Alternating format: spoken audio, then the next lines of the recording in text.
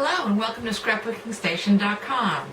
This is my second stocking stuffer, and this is a mini scrapbook album. It's small, and so if you've never scrapbooked before, it's a great place to get started. Anyway, I've had to split the video in two because it was running a little bit long. So in the first part, we're going to talk about the materials to actually construct and embellish the album. So all the pieces that are needed to do that. I've also got a template for a gift box that this will fit nicely into. And then in the second part, I'm going to start covering the layouts. So let me put you over my shoulder and we'll get started. Let's get started. I'm looking at the Epic This Day and That Designer Series paper. I like it because it's both gender and age neutral. There's a lot of colors in here, and depending on which ones you choose to focus on, you can have a young design, an old design, a female design, a male design. And there's lots of elements to work with as far as stripes. I've got a lot of horizontals, which is great for journaling, and also shapes. Hexagon is very hot. Anyway, there's these 6 patterns, and then on the other side, I've got these 6 patterns to play with. So very much fun. So the first thing you want to do is pick your coordinating solid cardstock. So let me put this aside. And so I've picked all those colors. And your first decision is going to be, what are you going to use for your album? Now the album, let's talk about that, because this is what you need to prepare. And we're looking at these 2 pieces. So I decided to go with craft for my back and spine. And then for my front panel, it's going to be the pool party. And so I am going to take a close-up of this photo as well as for this box, which we're going to get to in a minute. But basically, your back and spine is 9 1/4 long by 4 3/4 wide. You come in and score an inch from this side, and that you're going to make a mountain fold, and then another inch, and that's going to be your valley fold. And so this is actually the spine of your album, and then you can choose to put this on top or choose to put it this way. And we're going to talk about that when we start putting together the album, but that's basically how it flips up. Now for this top piece, you want a 6 1/4 by 4 3/4, and that's all this is. And I would use a coordinating color, again matching with your papers, because you're going to embellish this whole top part. Now I've also chosen to use a corner punch, so I have rounded the corners of everything. Now you're either going to see the inside this way or the inside that way, and that's why I chose to round both these corners as well. So get that cut out. And then if you're going to create the box, I mean, it's totally optional. Here's a schematic for this. You're going to need an 8 1/2 by 11 piece of cardstock, and then another 5 by 4 piece of cardstock. And then again, I am going to take a photograph of this so that you can see these dimensions. But basically, you measure in 3 inches long ways, score, then come back 3/8 of an inch, and that is going to create this fold. And you do the same thing on the other side. So score 3 inches and then move back 3/8 to create the second score. So we're going to make a 3/8 width box, and that is just enough to marry these together when it's done. Now from the bottom, you want to do the same thing. Actually, the tab, I cut, let me see, what did I cut? Looks like 1/2 an inch. So my first score from the bottom was 1/2 an inch, and then the width of the box, 3/8 of an inch. And so when this goes together, all you're going to want to do is flap that in and under. And that's your box, and this album will fit perfectly into that. Interestingly enough, it also, oh, I didn't fold it. Anyway, it fits perfect. And interestingly enough, it does also fit a music CD. So, it's a neat little template to have. Now the 5 1/4, you've got the glue tab, and I always do about 1/2 an inch, and then measure in another 3/8. And then I've also chosen to trim the top of this with a scallop punch. And like I said, this is going to be the last thing we put together, but if you want those pieces, again, I'm going to have a photograph of both of these, get those ready, and then we'll get started assembling the album. I'll be back in a second.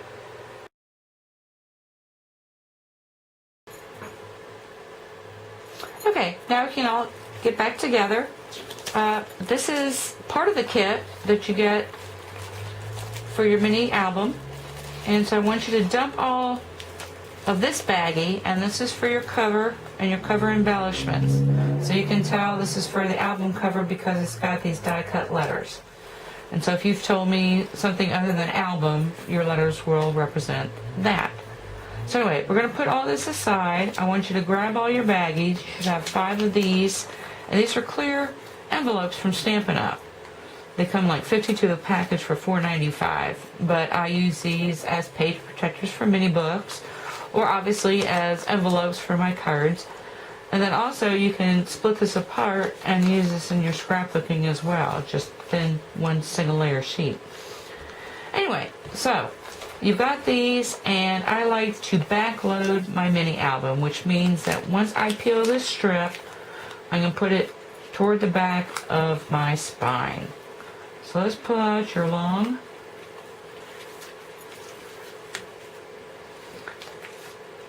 piece of cardstock, and this is 9 1/4 by 4 3/4, and I've already done this first one, but basically you peel off the strip and then put the sticky side down right against this first score line and then centered on this page. Now once you do that, let's grab another one, and I've already peeled these off so that it would be quicker. But you peel the strip off and you just lay one on top of the other. And I've got these piled up so I can just put the remaining 3 on here like so. And no, it doesn't need to be exact. Now, to get your album cover on, the first thing you want to do is flip this over. Okay, so see the back and the spine, and then this score line is the one that you're going to want to butt up against. And so what I like to do is use my graph paper, or you can just put a ruler down so you get a straight line this way. And now what you're going to want to do is butt up your panel against that score line. And again, I'm going to keep it straight all the way across, and this way when I put it back, or I turn it, flip it over, everything will be square. So get some glue. Actually, it's easier if you glue this portion of your album.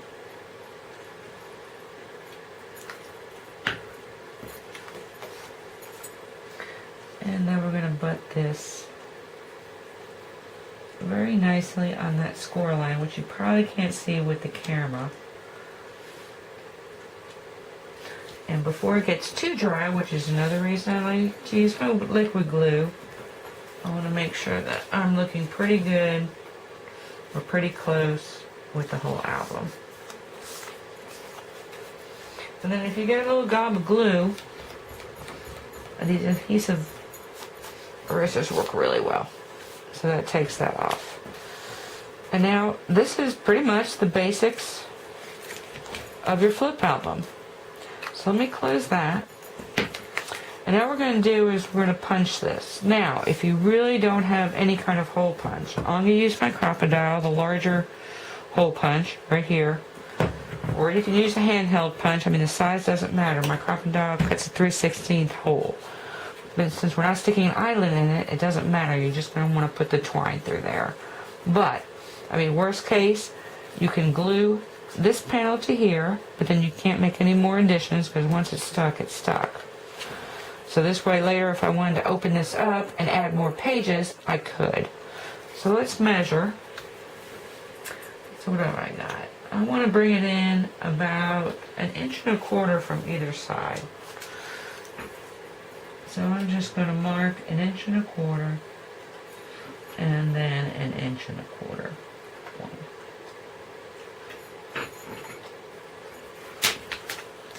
And I'm going to take my hole punch. And this hole punch actually has gratings on it, so I'm going to come in about center and try and punch that on. And then I'm going to do the same thing over here.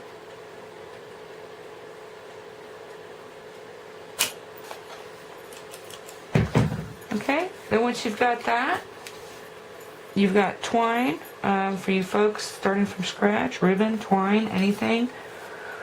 I've also got some add-on Etsy kits that include ribbon, and this would be actually a good place if you wanted to use some of your coordinating ribbons to tie it off. And I'll talk more about that at the end of the video. Anyway, I'm going to do a bow, and that looks like enough. Don't want to waste too much because I'm going to use some of these other things on the inside.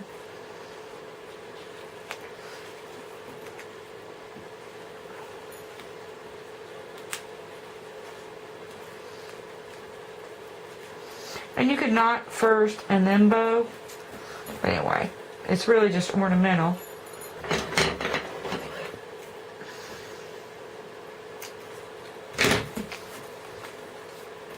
Okay, now we're ready to pull in some of these other things.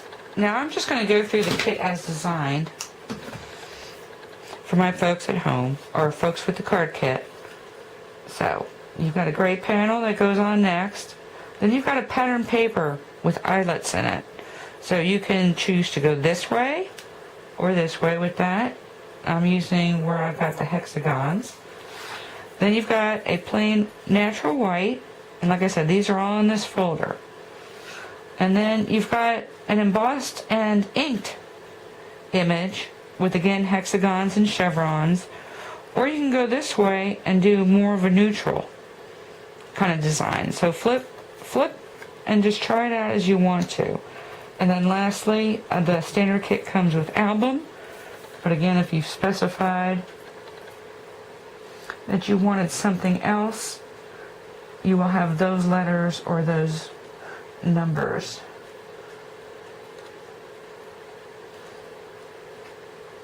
Okay, at this point you can leave off whatever you want to leave off and then use that on the inside, or flip as you need to. And then the other thing is, if you wanted to raise a panel, that's with these foam squares. I've got, these are 1/8 inch foam squares, so they're pretty thick, and I would not use those inside your album, but that's intended for the outside. So when I put this together, I'm going to go ahead and raise my eyelets up off the gray, and that just gives me a little bit more dimension. And then if you wanted to, you could use some of your dimensionals. These are 1/16 inch thick, and you could raise up another layer if you wanted to. Like I said, I'm just going to use up these foam squares, and actually I'm going to go ahead and cut them in half and then use 6 of them on here. Anyway, so put your album front together, and then we're going to get started on the inside with some layout designs. Be back in a second. Okay, now we're going to take a look at the other materials. So this is everything else that you've gotten in your scrapbook kit. If you're starting from scratch, I've just cut everything to 5.5 by 4 1/4, because that's what's going to fit inside each of those envelopes. So I've got a bunch of embellishments here, and so you will not possibly use all of these, but this way you've got lots of options. There are hexagons, and then of course one side I've inked with the same color as the cardstock, and the other side is a solid. So you can go either way with most of these. And then we're going to take a look at some different techniques for using these borders so you can make the most of them. But anyway, that's the last thing you want to do after you get your photographs together and figure out where you're going to do your journaling. The other thing I've included are templates. So anything that you need more of, you can trace and cut out. And that's the way we used to do it in the old days before punches. So you've got a bunch of those, and then some techniques if you want to use inks or chalks to create these images straight onto your cardstock. Now layout. Really the first thing you want to do is, and you've got each of the solids, one piece, 5.5 by 4 1/4, that go with these pattern papers. And then you've got one each of the pattern papers. Now they're both double-sided. So the first decision is really, which side are you going to use? And actually, as I start building this, I may end up flipping some of these, but we're going to start off this way. So I've decided my front of my scrapbook, or the first page of my scrapbook, is going to be on this natural white. And I'm going to use this pattern paper, maybe a piece of this for some journaling. Anyway, for the basic layout on my front page. Now when I flip this over, it becomes page number 2. So now I'm using white and then my pool party for my second 2 pages. And then this is the pattern paper that I'm going to use to coordinate those 2 pages together. When I flip my pool party over, page number 4 is going to be pool party, and then I've paired that with my gumball green.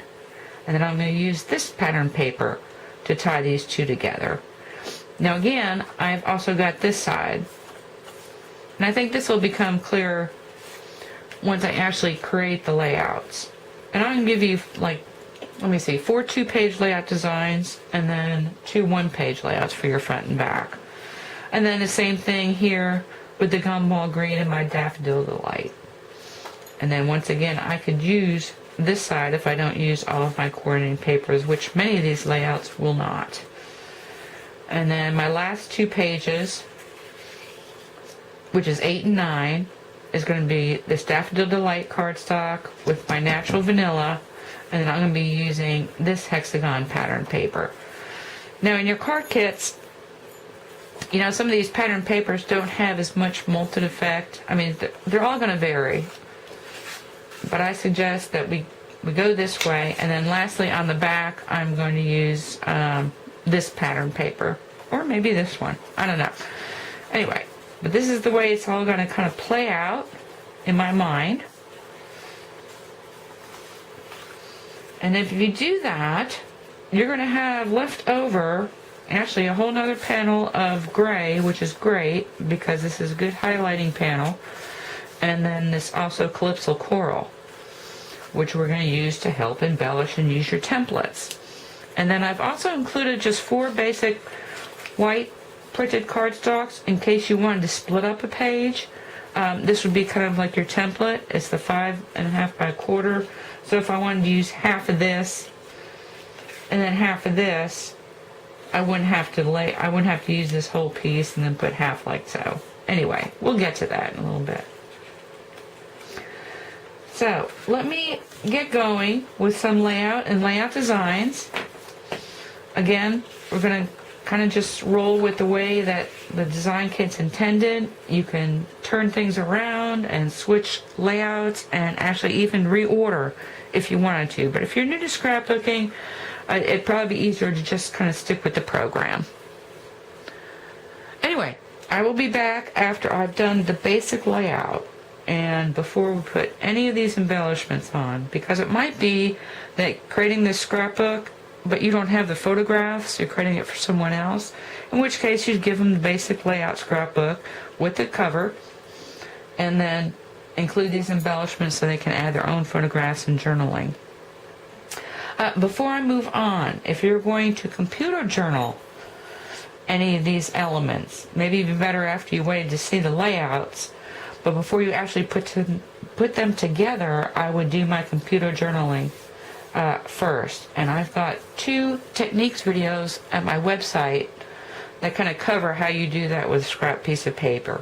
It really entails taking it through the printer one time on plain white paper and then adhering your pattern paper that you want to on the exact spot that you want to print it and run it again. Anyway, there's actually 2 videos.